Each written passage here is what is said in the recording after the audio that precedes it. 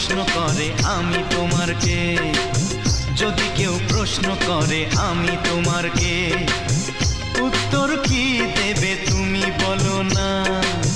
যদি কেউ প্রশ্ন করে তুমি আমার কে, বলবো আমি যা শুনেছ, বলবো আমি যা শুনেছ, তাকে সত্যি বলে মেনে নাও না।